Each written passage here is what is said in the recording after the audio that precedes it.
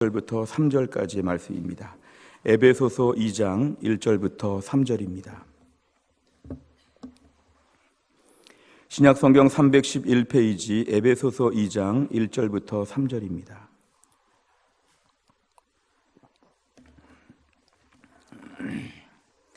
에베소서 2장 1절부터 3절. 우리 세 절의 말씀을 다 같이 합독하도록 하겠습니다. 다 같이 읽겠습니다. 그는 허물과 죄로 죽었던 너희를 살리셨도다. 그때에 너희는 그 가운데서 행하여 이 세상 풍조를 따르고 공중의 권세 잡은 자를 따랐으니 곧 지금 불순종의 아들들 가운데서 역사하는 영이라. 전에는 우리도 다 그 가운데서 우리 육체의 욕심을 따라 지내며 육체와 마음에 원하는 것을 하여 다른 이들과 같이 본질상 진노의 자녀이었더니 아멘. 우리 한 주간 동안 에베소서 2장의 말씀을 중심으로 하나님 말씀을 계속 살펴보려고 합니다. 오늘 저희가 특별 새벽기도의 주제가 서로 연결되어 세워져가는 교회입니다. 서로 연결되어 세워져가는 교회. 아무리 교회가 성도의 수가 많다고 할지라도 여기저기 뿔뿔이 흩어져 있으면 아무런 힘을 발휘할 수 없고, 성도가 모여야 교회가 되지 성도가 따로 있으면 교회가 아닙니다. 원래 교회라고 하는 말뜻은 이런 건물을 말하지 않고 성도가 2명만 모여 있어도 이걸 교회라고 이야기했습니다. 성도가 모여 있는 것이 교회이기 때문에 교회는 반드시 모여야 되고 모여야 힘을 쓸 수 있습니다. 아무리 우리 군사가 수백 명, 수천 명이 있어도 뿔뿔이 여기저기 있으면 아무 힘을 못 쓰죠. 한 군데에 다 모여 있어야 적군이 함부로 보지 못하고 응집된 힘을 가지고 강력하게 몰아붙일 수 있기 때문에 함께 모여 있는 공동체가 힘이 있습니다. 벽돌이 아무리 수만 장, 수천만 장이 있어도 벽돌이 다 바닥에 흩어져 있으면 아무것도 짓지 못하는데, 건물을 세우려면 벽돌들이 다 서로 붙어야지만 건물이 올라갈 수가 있습니다. 그런 의미에서 한 주간 동안 우리 교회가 서로 연결되어 세워져가는 교회가 되려면 우리가 연결되어야 합니다. 다 연결되어야 합니다. 하나하나씩 다 붙어야지만 교회가 온전한 힘을 발휘할 수가 있습니다. 근데 문제는 서로 연결되기 위해서 전제 조건이 뭐냐는 것입니다. 서로 붙으려면 어떻게 해야 붙을 수 있느냐, 이것이 중요하죠. 서로 연결되어 붙으려고 하면 서로 비슷한 점들이 강조되어야 합니다. 어떤 점이 비슷한가? 물론 다른 점들이 있겠지만 어떤 점이 비슷한가? 우리의 공통점은 무엇인가? 이것을 저희가 살펴보아야 합니다. 사람들은 공통점을 얘기하는 걸 싫어합니다. 왜냐하면 자신만의 대단한 걸 부각시키고 싶어서 그렇지요. 나는 당신보다 돈이 많기 때문에 우리는 비슷하지 않습니다. 나는 당신 때문에 공부를 많이 했기 때문에 우리는 비슷하지 않습니다. 당신하고 나하고는 차원이 다릅니다. 내가 조금 더 낫습니다. 자꾸만 이렇게 비교하고 우월감을 갖게 되면 그 사람과는 붙지를 못합니다. 그 사람과 붙으려면 우리는 다 비슷합니다. 이렇게 말해야 서로 붙을 수가 있다는 것입니다. 흔히 사람들의 마음의 죄성은 나를 매우 고상하게 보고 다른 사람을 좀 낮춰보려는 본능이 있습니다. 이게 바로 본능입니다. 모든 사람들의 마음에 다 이런 본능이 있습니다. 내가 조금 더 낫고 당신은 조금 더 부족하다. 그런데 중요한 거는 내가 낫다고 할 때 그 기준점이 하나님 앞에서 볼 때는 매우 유치한 것이죠. 내가 볼 때 나는 50점, 당신은 40점. 하나님 원하시는 기준이 1000점이다, 만점이다 그러면 우리는 서로 아무 의미가 없습니다. 하나님 원하시는 점수가 너무 높은데 우리끼리 저 밑에서 1점, 2점 가지고 서로 우월을 따진다면 이건 하나님 앞에서 매우 유치한 것입니다. 결국 우리는 우리끼리의 높낮이를 따지는 것이 아니라 하나님 앞에서 우리의 수준이 어떤가를 객관적으로 살펴야 합니다. 우리가 얼마나 하나님의 은혜를 많이 받았는지. 로이드 존스 목사님의 에베소서 강의 책을 보면 이런 구절이 있습니다. 오늘날 많은 성도들이 은혜를 체험하고 인정하지 않는 이유가 뭐냐면 자기가 조금 죄를 졌는데 그 조금 죄 지은 거에서 용서함 받았다고 생각하니까 은혜가 별로 없다는 것이죠. 우리가 어디 물에서 건짐받았다, 큰 수렁에서 건짐받았다고 할 때 수렁이 기껏해야 1m, 2m 요 정도 되는 데서 우리가 건짐받았다고 하면 별거 아니네. 그럼 도와준 사람에게도 별로 많이 도와주지 않았네요, 조금 도와줬네요, 이렇게 말할 것이죠. 근데 만약에 우리가 빠진 수렁이 한 10m, 20m, 우리가 빠진 물이 한 200m, 300m 되는 깊은 물이라고 하면 거기서 우리를 건져준 걸 생각하게 되면 너무 고마워한다는 것이죠. 우리가 오늘 하나님의 은혜에 대하여 내가 조금 잘못하고 조금 부족했는데 살려주셨습니다. 그러면 그만큼 내 은혜는 적다고 생각합니다. 내가 조금 잘못했는데 하나님이 건져주셨다. 내가 조금 부족한데 천국 갈 만큼은 조금 부족한데 하나님이 살려주셨다. 이런 분들은 은혜를 모르고 삽니다. 그런데 우리가 깊은 바다에서, 저 태평양 같은 깊은 바다에서 하나님께서 우리를 그 깊은 데서 완전히 건져주셨다. 여기에 대한 인식이 있다면 은혜가 큰 것을 깨닫는다는 것입니다. 오늘날 우리의 신앙 가운데에서 하나님이 나를 얼마나 살려주셨나, 어떤 은혜를 주셨나 우리가 깨닫기 위해서는 내가 저 밑에 완전 구렁텅이에 있다가 살림받은 것을 알아야 합니다. 우리가 오늘 말씀을 통해서는 우리는 본래 이렇습니다. 우리가 얼마나 절망 가운데 있었는지, 우리의 원래 상태가 얼마나 깊은 수렁 가운데 있었는지 우리가 오늘은 이 부분을 먼저 살펴보려고 합니다. 이 말씀을 봐야 내일부터 말씀의 은혜가 됩니다. 오늘 말씀을 통해서 우리가 하나님의 음성을 들을 수 있기를 주의 이름으로 축원합니다. 오늘 말씀을 간단히 요약하면 이렇습니다. 우리가 허물로 죄로 이미 죽었다는 것입니다. 허물과 죄로 중환자가 되었다는 게 아니라 허물과 죄로 완전히 죽었다는 것입니다. 우리 생각에 제가 이렇게 살아있고 말도 하고 걸어 다니는데 제가 왜 죽었습니까? 성경은 영적으로 죽었다는 것입니다. 시체를 엎여 놓으면 시체가 움직일 수 없습니다. 시체는 말도 할 수 없습니다. 시체는 가만히 있는 존재죠. 마찬가지로 사람들이 영적으로 죽으면 하나님께 반응하지 못합니다. 아무리 전도해도, 아무리 말씀을 들어도, 아무리 기도를 해도 반응할 수 없는 존재. 신기하죠. 다른 쪽으로는 막 적극적으로 활동하는데 하나님에 대해서만큼은 완전히 시체 같습니다. 이걸 뭐라고 하냐면 허물과 죄로 영적으로 이미 죽었기 때문에 반응할 수 없다는 것입니다. 그런데 그 증거로 어떤 현상이 벌어졌냐 하면 2절에 보니까 세상의 풍조와 가치관을 따르게 되었습니다.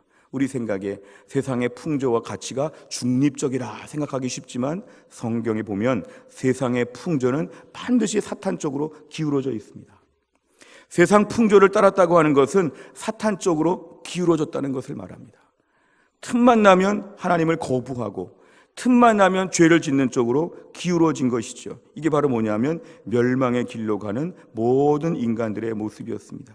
3절에 보니까 육체의 욕심을 따라 평생을 살아가기 때문에 본능대로 삽니다. 본능대로 삽니다. 내가 내 인생의 주인이라고. 그러면서 무서운 건 뭐냐면 하나님의 진노가 예정되어 있다는 것입니다. 마치 멀리 쓰나미가 지금 막 오고 있는데 아직 이쪽 지역에서는 전혀 모르기 때문에 태평스럽게 노는 것처럼 인간의 모든 죄에 대해서 하나님이 지금 쓰나미처럼 진노를 임하시는데 진노를 모르고 마음껏 죄짓고 있는 사람들, 오늘 3절에 보면은 우리 인생들이 그렇다는 것입니다. 그래서 우리 인생은 기본적으로 절망적입니다. 하나님 없는 세상은 기본적으로 절망적입니다. 사람들은 자신의 죄 얘기하는 걸 싫어합니다. 어떤 철학자들을 보면은 인간의 죄에 대해서 이 죄를 죄라고 말하지 않고 둘러 말하면서 사람들을 합리화시킵니다. 플라톤은 이원론을 통해서 영혼은 거룩한데 육체가 약해서 그렇다 이러면서 육체의 약함에서 해방되는 것이 구원이다. 영혼은 고상한데 육체가 약할 뿐이다 하면서 우리의 죄에 대해서 애매하게 말했죠. 영혼은 고상한데 육체 때문에 문제다.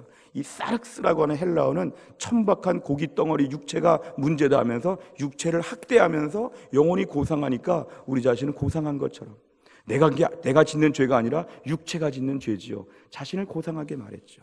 칸트라고 하는 철학자는 사람 마음에 도덕률이 있어서 스스로 작동하는 장치가 있다는 것입니다. 공기청정기처럼 내 안에서 잘 가르치고 좋은 환경에 있으면 도덕률이 작동해서 사람이 온전하게 살 것이다. 프로이드라고 하는 사람은 인간의 죄를 죄라고 말하지 않고 병이라고 얘기해서 죄를 굉장히 부드럽게 덮어줬죠. 당신이 짓는 모든 것은 다 억압돼서 그렇고 남들이 만든 거지 당신은 죄가 아니라 병이다. 이러면서 오늘날 사람들의 죄를 병이라고 부드럽게 말해주니까 사람들은 자신의 죄에 대해서는 별로 문제의식을 안 느낍니다. 누가 당신 죄인이다 그러면 굉장히 화를 내죠. 내가 무슨 죄인이냐. 이것이 바로 무서운 세상의 문제입니다.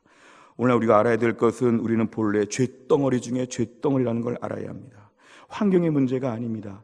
어린아이가 좋은 환경에서 태어나서 좋은 부모 만나서 좋은 학교 나와서 좋은 사람들과 함께 모여 살면 어린아이가 어른 돼서 착하게 살 것 같지만 절대로 그렇지 않습니다. 우리가 볼 때 저 미개한 나라, 발전된 나라, 뭐 북유럽 같은 나라가 정치가 선진화가 되었고 나라가 좋은 나라다, 저기 어디 나라, 이런 것이 아니라 모든 사람들이 다 죄성을 가지고 있습니다. 우리가 알 수 없는 또 다른 범죄 덩어리가 우리 마음에 다 있기 때문에 고상한 나라, 고상한 사람들 하나도 없다는 것이죠.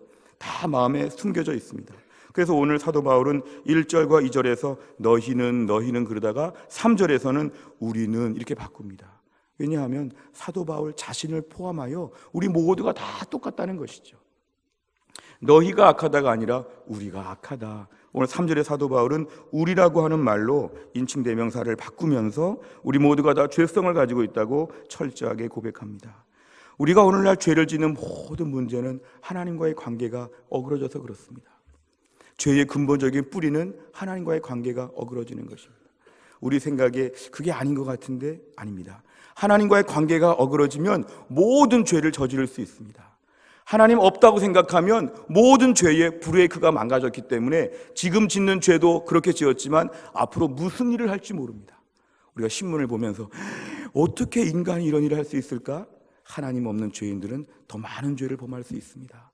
신종, 악행이 벌어질 수 있는 것은 하나님 없는 세상은 죄가 무섭기 때문에 그렇습니다.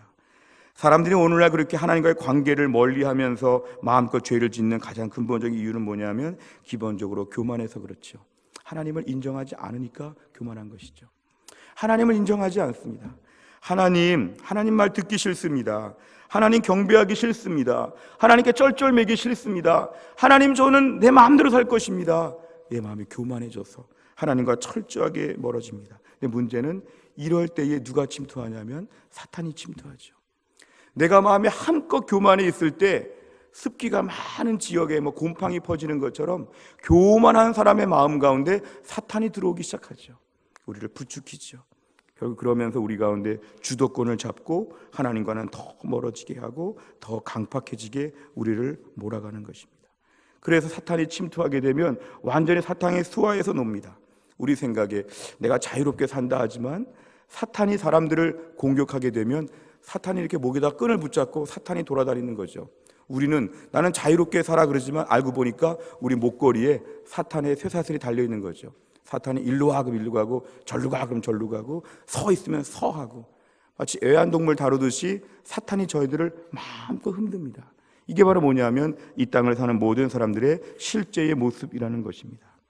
사람들은 자기 마음대로 산다고 자랑하지만 사탄의 몸종, 사탄의 시녀와 같이 매일매일 돌아다니며 살지요. 이런 말 해, 여기 가, 이 사람과 싸워, 이렇게 해야 돼, 거칠어야 돼, 알았어? 예 알겠습니다. 주인님.